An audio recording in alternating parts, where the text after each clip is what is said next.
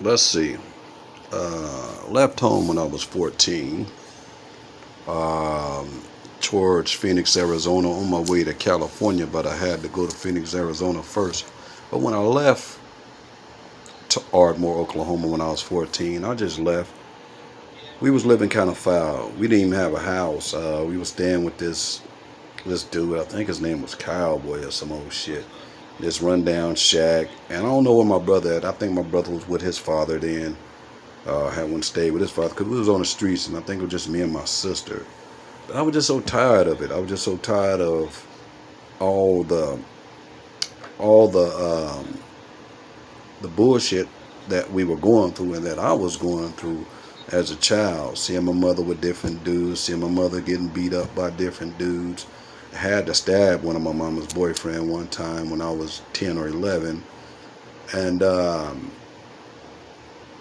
just the drugs and the bullshit, moving here, moving there, out on the streets, not having no food to eat. It was just a rough ass world that I was living in when I was coming up. And it was just like, if you guys know my family in Ardmore, Oklahoma, y'all know how we live. Kiva, Bronson, y'all know how we lived and shit like that. We really didn't have much. I remember, uh, going to trying to go to school one year. Well, sixth grade year, I had got there my sixth grade year. I turned 12 in Ardmore. I got to Ardmore, and I remember one month I didn't have no tennis shoes.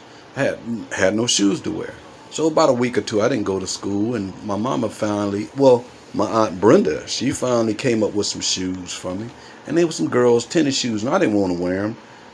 She made me wear them. You can't say no to Brenda because she will beat your ass. If you guys knew my aunt Brenda Joyce, it was once said she sold a man up in some bed sheets in the bed one time and poured some hot Karo syrup where he couldn't get out, and it killed him, and she went to prison. So I wasn't I wasn't going to deny my Aunt Brenda what she put out, so I wore the shoes and they laughed at me. And so I went to school that day, came home crying and shit like that. This was sixth grade. I don't know if y'all remember. It was had some pink on them shoes and all that. Everybody laughed at me and I ran home. And later on, about a week later, I ended up getting some shoes from my Auntie Kim. She's more like my cousin, around the same age. But my Auntie Kim Washington gave me her cleats, her Trax cleats. I don't know if y'all remember those. Back in the day, everybody was wearing those Trax cleat shoes and shit. But she gave me hers, and they were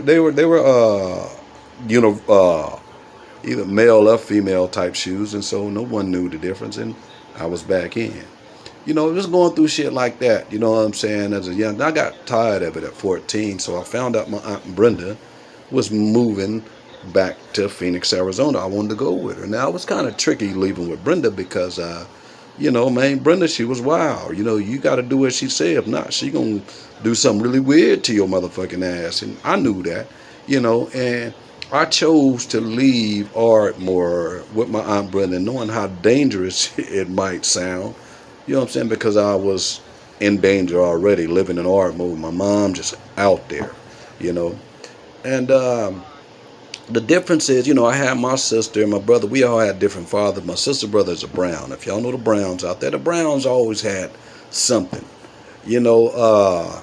And my brother's family, the Pattons, they always had something. My brother dad worked at Uniroyal for years. He had cars and shit like that.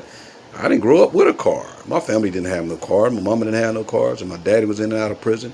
So they grew up different. My sister and my brother grew up different than how I grew up, And, my sister, I gotta say something about her dad, something happened to him, and he has never been right. So I kind of am sad for my sister because, she never got her true dad in a sense. But yeah. So I left at 14 with my aunt Brenda, moved to Phoenix, Arizona. Knew my dad was in Modesto, California. So about a couple of months after in Arizona, went with my dad in Modesto, California. And I thought that California was going to be all, sunshine, palm trees, and the whole nine. But when I got out there, it was rough already. My daddy was on crack. My uncle was on crack. My uncle was on crack. my auntie and my other uncle who had the house I went to, they were snorting crystal and cocaine back when it was crank, back when crystal was, so it was a lot of chaotic bullshit going on, and nobody really had a job but them, and so it was just like, it was street shit when I got there, and the hustle game was real when I got there, so I got in it because, it was easy for me, and I never had got out that rut, that hustle rut. People was trying to tell me, well, people never told me, but somebody had to say at one time, you got to focus on school. But, dealing with what I was dealing with and no food. I remember we grew up in Ardmore. If y'all guys have been to my house, sometimes we ain't got no refrigerator in that motherfucker. We ain't got no stove. We ain't got no running water. We had one house that, didn't even have a doorknob on the motherfucker. It couldn't even lock. I remember the bus used to drop me off in front of the school. The bus used to drop me off in front of my house on School Street. And the bus wait there for, for you to get in your house and shit like that. But no one was home or none of that shit. And I kept a keychain on my neck. But it wasn't no hole to put the key in. It wasn't no, you couldn't put your key in no knob because it was just a big hole. You can just see through the door. You know what I'm saying? See in the hole and shit like that. So the bus used to wait, and I'll wave the bus off, and I'll play like I'm putting the key in a lock. You know what I'm saying? I just pushed the door open, the shag carpet kept it closed, and that's how I was living. I wait till the bus leave, and when the bus left, we didn't have nothing in the house. I get out in the streets. You know what I'm saying? And go to my friend's house, try to get some food. My friend Gary Thomas, you know what I'm saying? He kept a nigga fed a little bit, you know what I'm saying? Going through that type shit, and ended up in California, ended up in a hustle game, and gang banging, and turned into murder when I was 18, ended up in prison, and I just, I don't know, it's been a whirlwind of bad shit going on. I beat a murder case when I was 18. I'm not proud of it, because a guy did die, another guy did get shot up. And, but I'm not proud of it at all, and wish I could take all of that back. But I did beat the murder case, and sometimes I feel like, that is my blessing. And it is, in a sense. And that's all I get, in a sense, because it seems like everything else, man, it's like a bad cloud, follows me, 24/7, man. And I don't know. It's hard to say what a person will end up like, dealing with adversities like I dealt with it. I dealt with a lot of shit, and I got bad anxiety, and it's hard for me to keep jobs because, working around people, I get, I don't know if you know anxiety, how it works, and I got it bad. And I do the stand-up comedy every now and then, but I get on stage, I'm sweating like Don Knotts, man. It's just like, I'm nervous. I'm trying to get out there, but I can't never get my comedy truly out there like I can when I'm by myself at my house, having fun with my friends and family and shit like that. I get nervous and shit like that.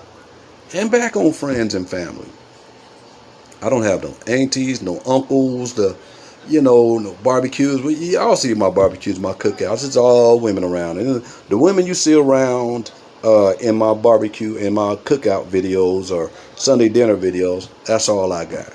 My brother's in Oklahoma City, but that's all I got. So when I see these families and these families together with all the guys together, everybody doing their thing, man, it does something to me, man. Because I ain't never had that. Well, I had that when I was younger, but for the last decade or so, it's been a lonely world. And still trying to shake it, man. Seems like I said, like a black cloud follows me everywhere I go, man. But they say even the sun shines on a dog's ass every now and then. So if the sun even shines on a dog's ass every now and then, and I think my turn is coming. I hope it's coming, man, because it's rough out here, man. And just my life in a nutshell. And don't end up like me. I hope not. It's hard to say what people are going through, how people end up going through adversity like I've been through. And but just keep on, man. I'm keeping on, and it's hard as hell. I got 4 kids and a possible. out there womanized, just didn't get the right guidance, man. And right now, I just don't have no males around me.